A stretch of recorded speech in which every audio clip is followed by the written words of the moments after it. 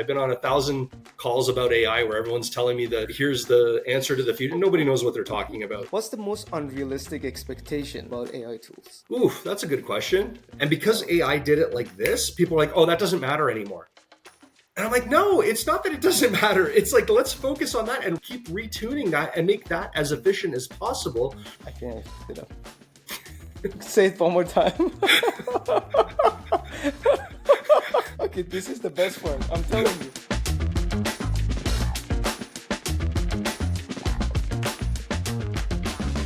Hello everyone, this is Michael Ocean, founder and CEO of SellMeThisPen AI. Today I'm super excited because I'm with my great friend here, Ivan Pozgaj. He is a former elite hockey player. He's not lazy like me. With over 15 years of experience, primarily in enterprise sales. And most recently, he has transitioned into a role in sales enablement, specifically as the program manager within the global sales enablement team, focusing on innovation and inflow of work at Cisco.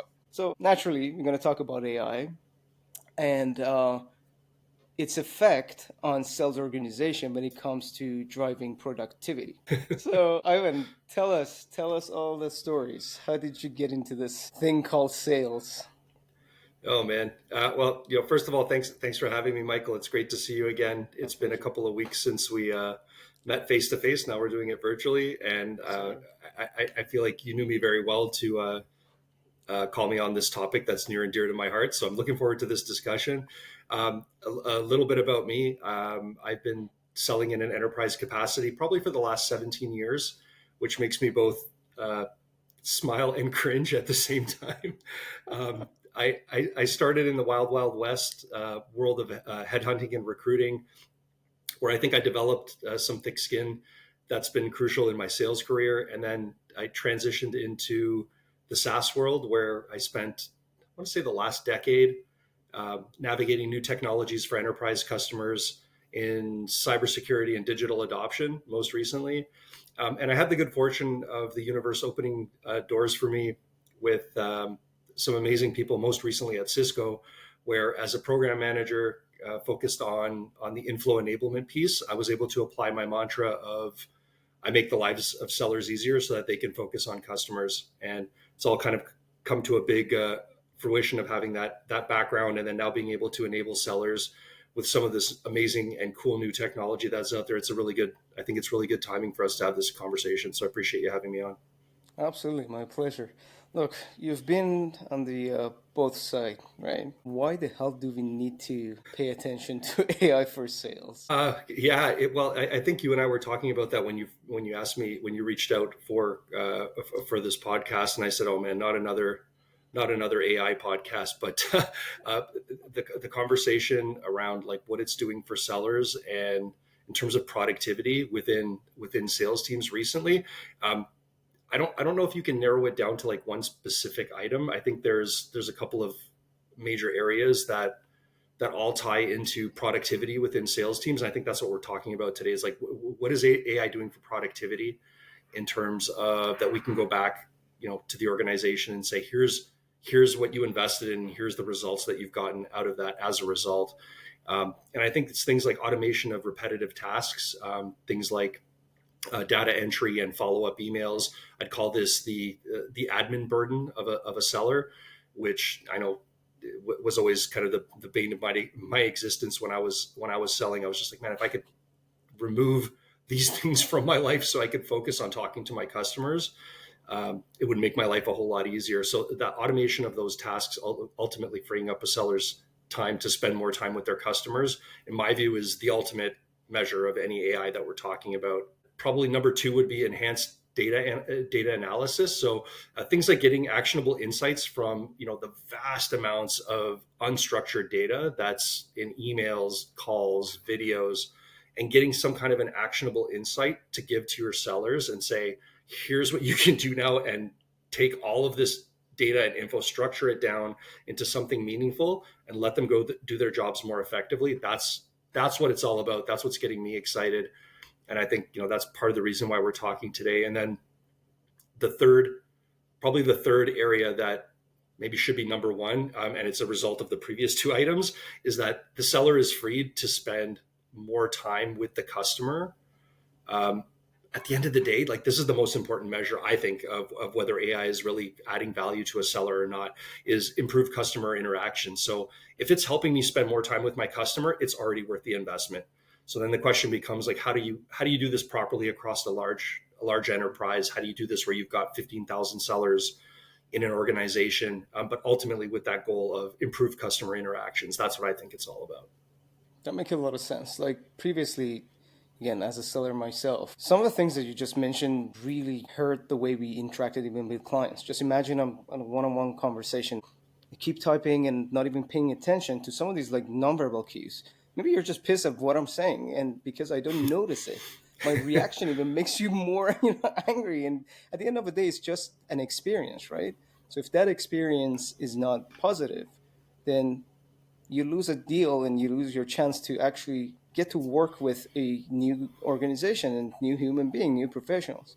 Yeah. So I wanted to ask your opinion about actually integrating these AI tools into your sales operations, and how do you pick which tool or application are the best fit for your org? I know we are talking Cisco right now, it's a large organization, but I wanted to get your thoughts overall. Like, how do you go for assessment? Like, how do you say this tool is better than the other one? Yeah, I love this question, and I tend to simplify things, and I don't know if that makes me an outlier or if it makes me a leading edge thinker. But I feel like with all of this pressure and volume of AI, the simplicity of what we're trying to do sometimes gets lost. So for me, it seems so obvious and self evident, but I firmly believe that if you aren't immersed in discussions with your key stakeholders, that you're missing the point entirely. And there are multiple stakeholders, especially in a large enterprise organization, a company like Cisco, for example. But the key stakeholder at the end of the day, and I will argue this till the end of time with anybody, the key stakeholder and the number one stakeholder that's the most often overlooked is your sellers. Like your sellers are your number one stakeholder, and they are the ones who most often do not get consulted with sales operations in terms of determining what are the tools that you're going to bring in. Man, it's crazy to think how often I've seen people in sales operations or other parts of the organization who have never sold anything, have never carried a quota, have never closed a deal. They've never done a true sales role, and they're venturing out or oftentimes leading the charge on making a big decision or proposing a new tool or a new application for sellers that's going to help improve productivity. And they've never even once spoken to a seller. So again, the simplicity part in my mind is just it's so obvious, but I think it gets overlooked a lot. Is speaking to the sellers as your key stakeholder group, in my opinion, is the number one item that gets overlooked and is the most important piece to say that you've done your due diligence. And again, as a former seller, I think I'm very heavily biased, and I always will be in terms of talking to the sellers, being in the trenches, talking with them, finding out what exactly is a time suck for you. Like what's taking time out of your day. And if you had the magic wand, to take three things off of your plate, what would that be and why? To understand that and talking to those sellers, to me, is the most important part and the most overlooked piece in determining the right tools or applications for enhancing productivity, I would say. 100% with you, because you spend a ton of time and energy and money and get approval from this and that. If people don't actually adopt to the platform that you advocated for, then who's going to look bad? And sometimes we actually don't think about things this way. It's my way or highway. But to your point, getting people who are going to be the actual user of the platform and measure their adoption, I think, should be the most important thing to look for in a tool.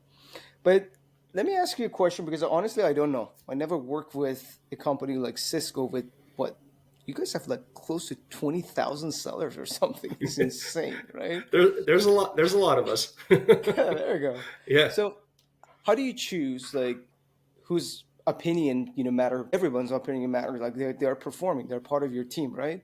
But Yeah. how do you pick who to talk to? Because 20,000 people, I mean, surveys, sure, Yeah. they might be effective or not, but nothing compares to this one-on-one sort of setting. And you can see the emotions, you see if they're really frustrated or it's just a nice to have that they just said yes to because they had to do the survey? How do you do that? What I found was really helpful for us, and it's funny actually. I'm going to throw a little shout out here to Stephanie Zarabian, who I think is one of the top voices in the digital adoption world where sellers live, and by the way, who I think would be an amazing guest on your show. Just throwing that out there. Chatted. Yeah, but so she had a quote that always stuck with me, which is, "You have feelings, I have data."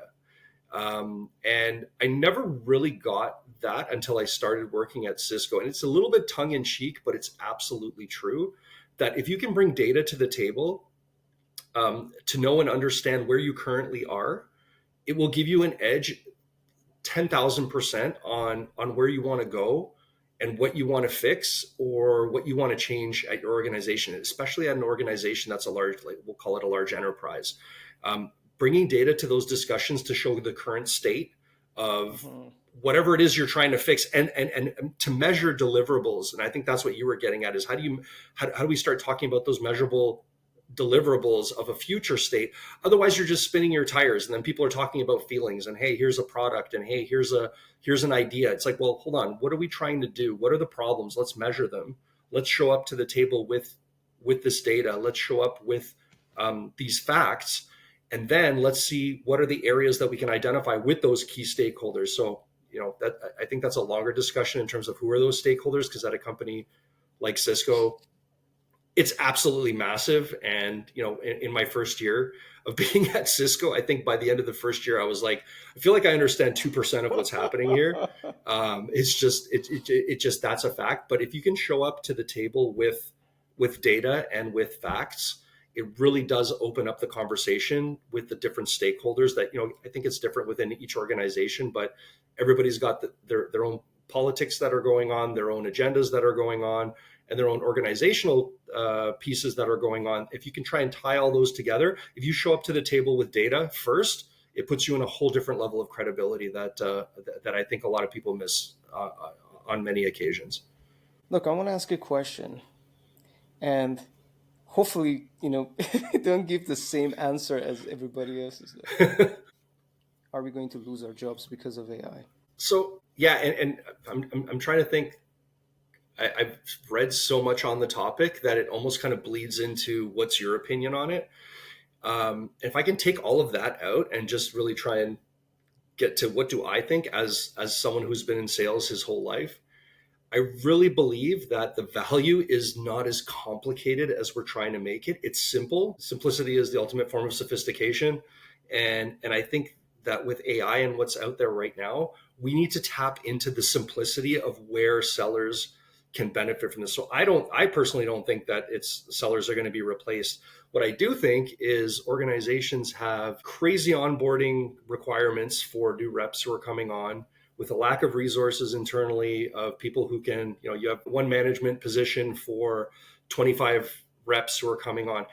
I don't think it's reasonable to ask that one person or expect that one person to be able to do role playing without bias, with specific talk tracks that are changing every day, with customer information that's changing every day. Like, no human can do this.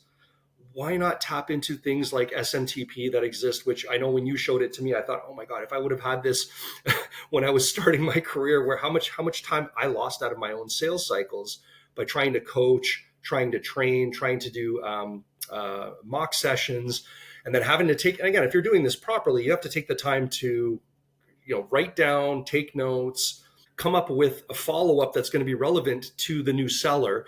It takes a lot of time. Imagine this across an enterprise where, I don't know, you've got 15,000 sellers and each person takes X amount of time to onboard. What does that look like in terms of a time saving that could actually benefit the company and those managers to actually manage versus spending their time doing tasks like, I don't know, role playing? I don't believe a manager should be doing role playing, not anymore. Maybe once a rep has done, let's call it a week, a couple of days of training with AI where it's been plugged into the AI tool. So something like SMTP, where you can put in who is your persona? What is your product? What are the common objections? What do we really want for our new reps to understand and to have that tap into all of the information that we have across of our enterprise systems?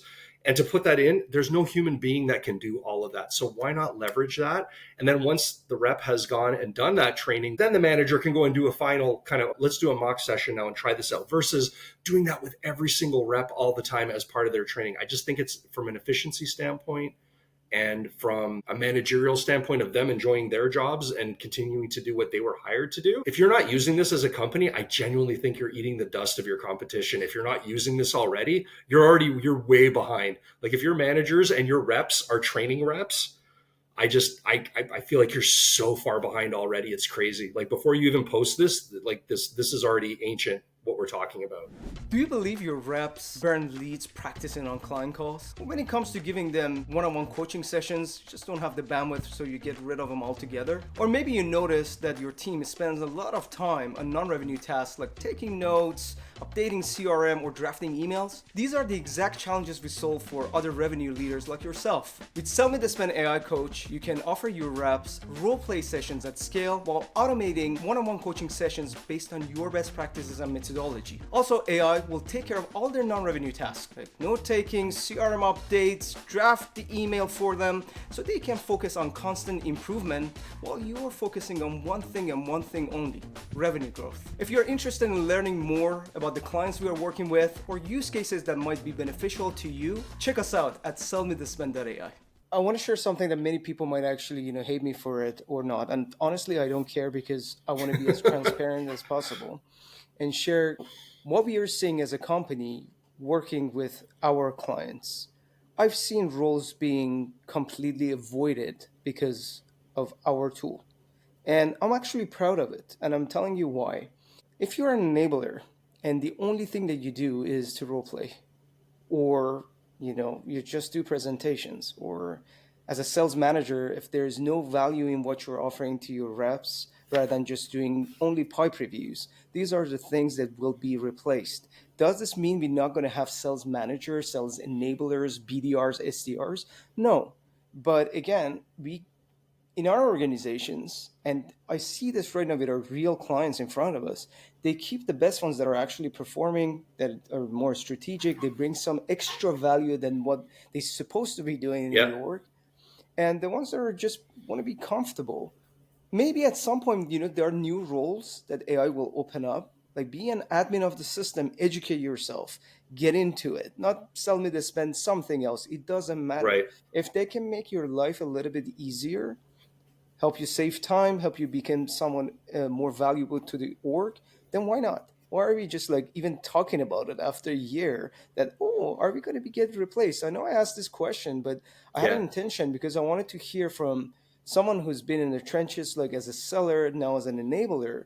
How do you really genuinely feel about this? And it seems like we are aligned in terms of how we feel about the future. Yeah, it's an awesome question. And I think you're maybe getting towards the AI and the human element are both critical in sales. So how can they benefit each other as opposed to looking at it as one replacing the other, if I'm hearing you correctly? So if that's the case, again, I go back to the simplicity side. The ability to have something like an AI assistant on calls with customers, to me, on a live call, is still the greatest value and the greatest accomplishment that AI has brought to the table, if we're talking about on a day-to-day basis, for what actually helps sellers, because it instantly improves the human interaction with the customer. And that's ultimately my measure of any success of any AI tool. How does this help me as a seller better improve the interaction with my customer?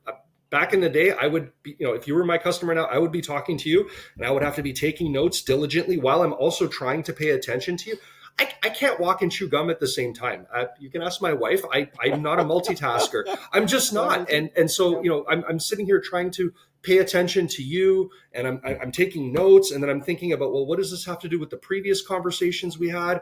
And then how do I summarize all that after our call to send it to you in a value add to show you that I'm paying attention, but that I also have some insight? The human brain doesn't work like that. So to be able to just sit back and sit like this with you on a call and actually talk to you and just listen to what you have to say and add my my pieces to the conversation and have that AI assistant in the background taking the notes and summarizing and putting them in point form, to me, is the ultimate advance in communications for sellers that I've seen since I've been a seller. Because like I said, after having a fantastic call, there was nothing worse than, oh, now I got to go and summarize this call, re-listen to it. And people take it for granted. Like, tell me if I'm wrong, but I think people take it for granted because that's one use case out of 10,000 that out of 10 million that exist. And people tend to walk by the ones that we incorporate and just brush by them and go, oh, well, we need to make this more complicated. We need to do more on other things. I'm going, just that piece alone, when I respond to my customer after a call, if I'm a seller, to show them that, like, hey, I'm on top of everything. Here's the action points. Here's what we talked about. Here's what you need to do. Here's what I need to do. Here's a summary. That's making communication easier. It allows me to sit there and actually absorb the conversation and immerse myself in my customer. So I know that's the feedback at Cisco that was being given the most often was, wow, it's really cool to be able to actually talk to our customers and listen to our customers as opposed to doing this admin work. And I think that gets pushed aside because it's become the norm now. So again, companies that aren't doing this, that don't have tools built in that are allowing their reps to just focus on customers, they're already eating the dust of their competitors, I believe. 100% with you, because like it's just time you save. Yeah, And let's absolutely. just put everything else aside, like Yeah, ROI and efficacy of your practice and absolutely. headcount and hire. Just look how you can actually leverage this to save time. That's the only factor that you can Yeah. measure at any time. And I think there are a lot of, again, great tools out there, free and paid, and it doesn't matter. Like you can just leverage them and make your seller's life easier. Yeah, That's so important. 100%. All right. Tell me a little bit more about the challenges that sales organizations typically, face when it comes to adopting to any of these tools that we talked about. Ooh, I think there's a lot to mention here, but I'll probably focus on three that come to mind. And again, we're talking about large sales organizations and trying to adopt AI driven tools. Uh, I think first, and this is from personal experience, I think just a lack of understanding and lack of definition of what the problem is that we're trying to solve prior to diving into a solution. So like, what are we trying to do, or what are we trying to solve for? Again, I hope my participation in this interview isn't looking as too simplistic, but I just think people overcomplicate things. Mm-hmm. And if they don't ask those basic questions, all the effort that gets put in afterwards is a waste of time.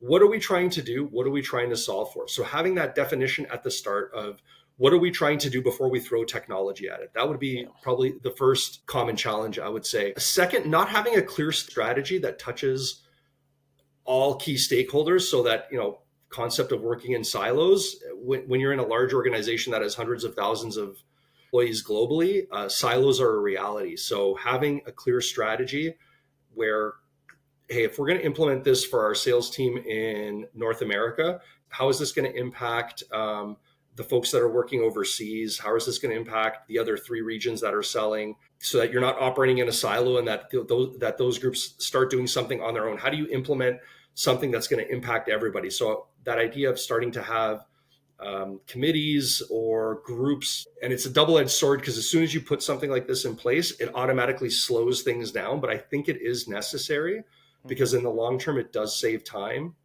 versus having 10 different groups who are doing the same thing. I can't tell you how many times we've sat down at the table for a discussion where someone says, oh, we have this new tool we want to show you, and we have this idea, and we want to run it by global sales enablement. Can we talk to you? We say, yeah, sure.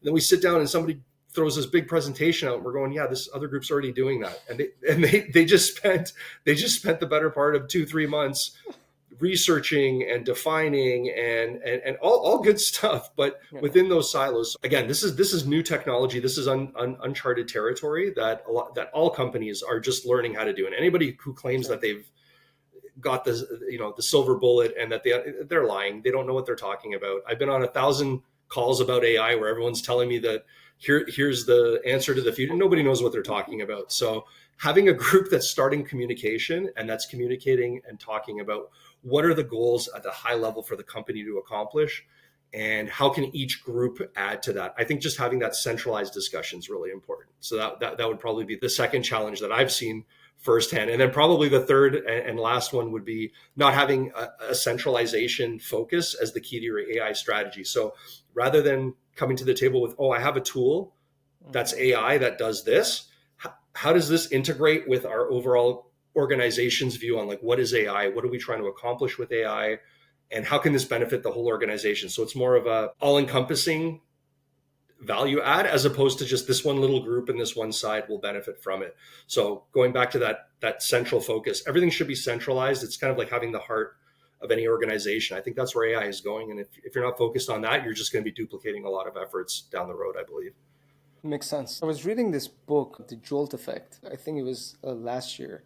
It's really focused on sellers and how to basically navigate enterprise space when you have multiple people in the room, and the main reason is people are really scared of losing their jobs. I mean, yes and no. I would say yes. Like, people want to protect themselves. Like, it's a collective decision. So it wasn't me bringing this tool or not. Definitely, that's part of it. But I would say, like, based on what I'm hearing from your perspective, it's not only that, it's just to avoid some of these like crazy problems that might actually pop up in the future internally, that even if you don't get fired, you still have to deal with it. And not only you, but multiple other organizations within this, large ecosystem.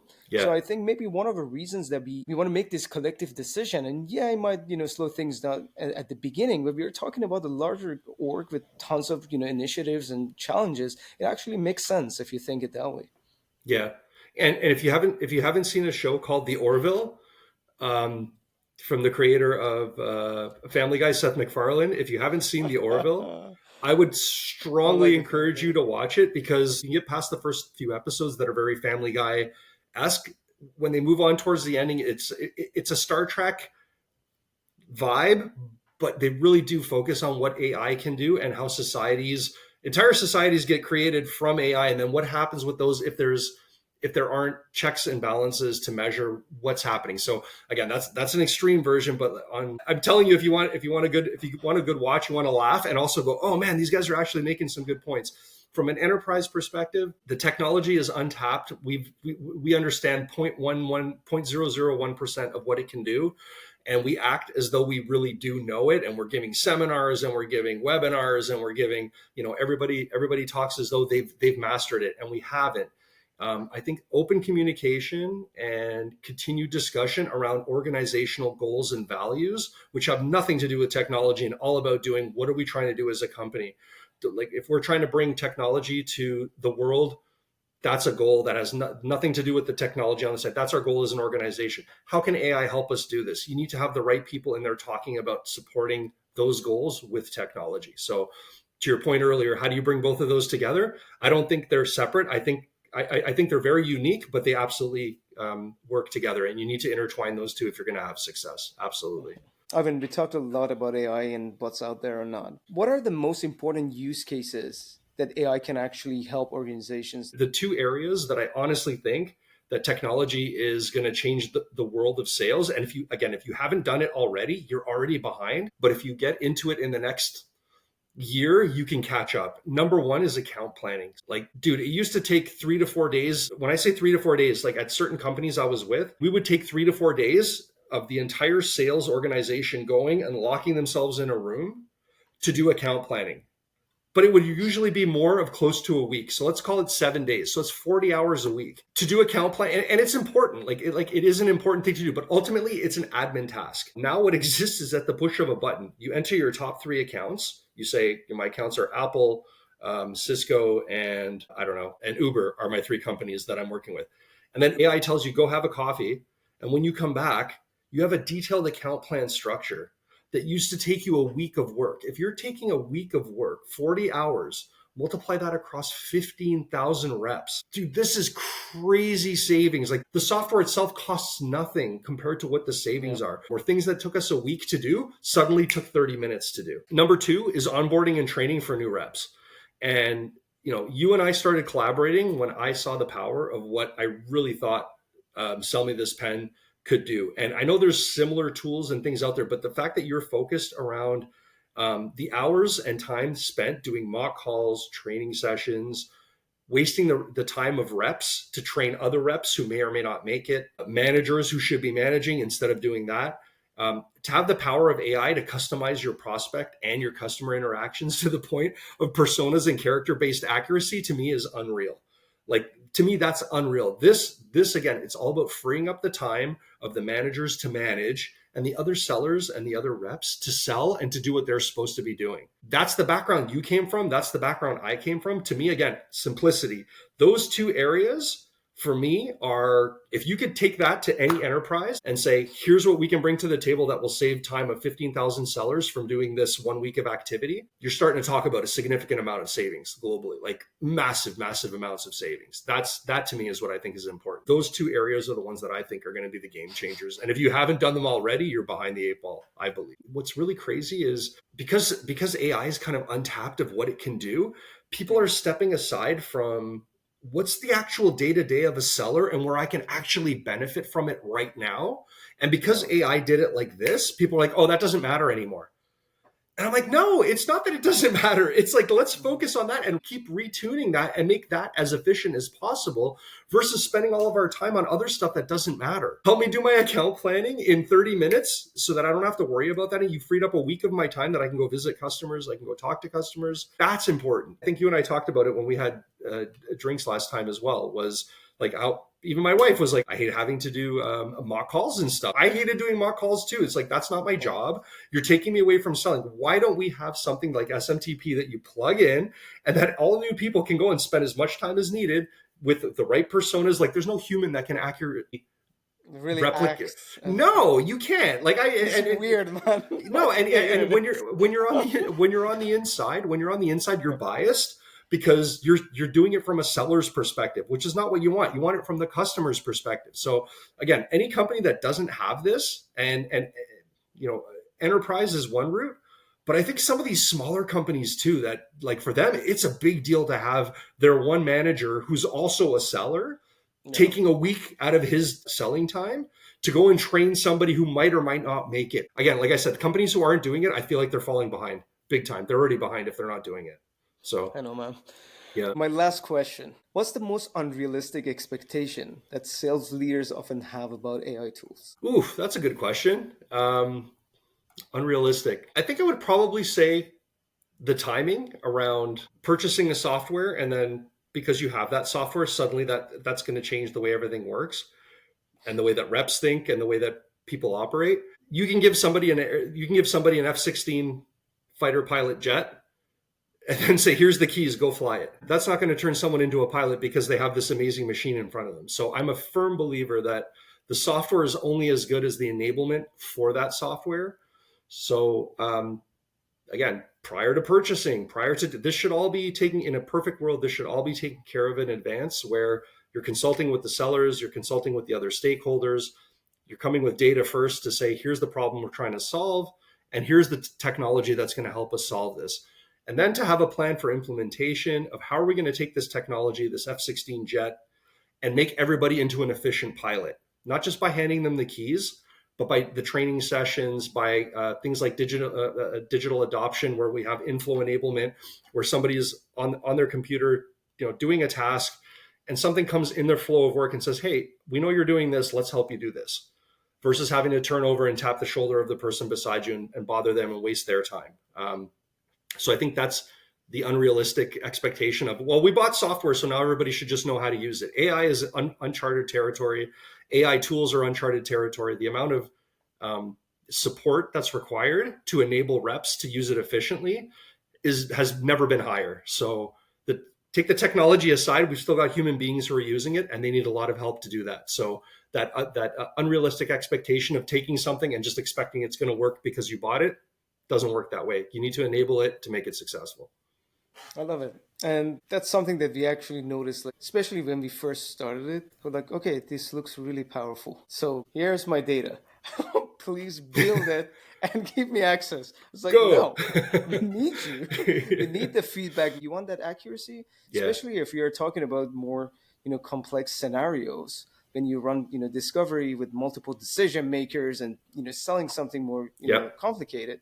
Obviously, you need to spend time in at least help the vendor, or even if you're using something self-serve yourself, to really learn how to use this platform. Because if you don't, then you're always going to be reliant on someone else to do adjustments for you, and you're going to be super slow to adopting to any of these, like, let's say, new functionalities that are popping up on a daily basis almost.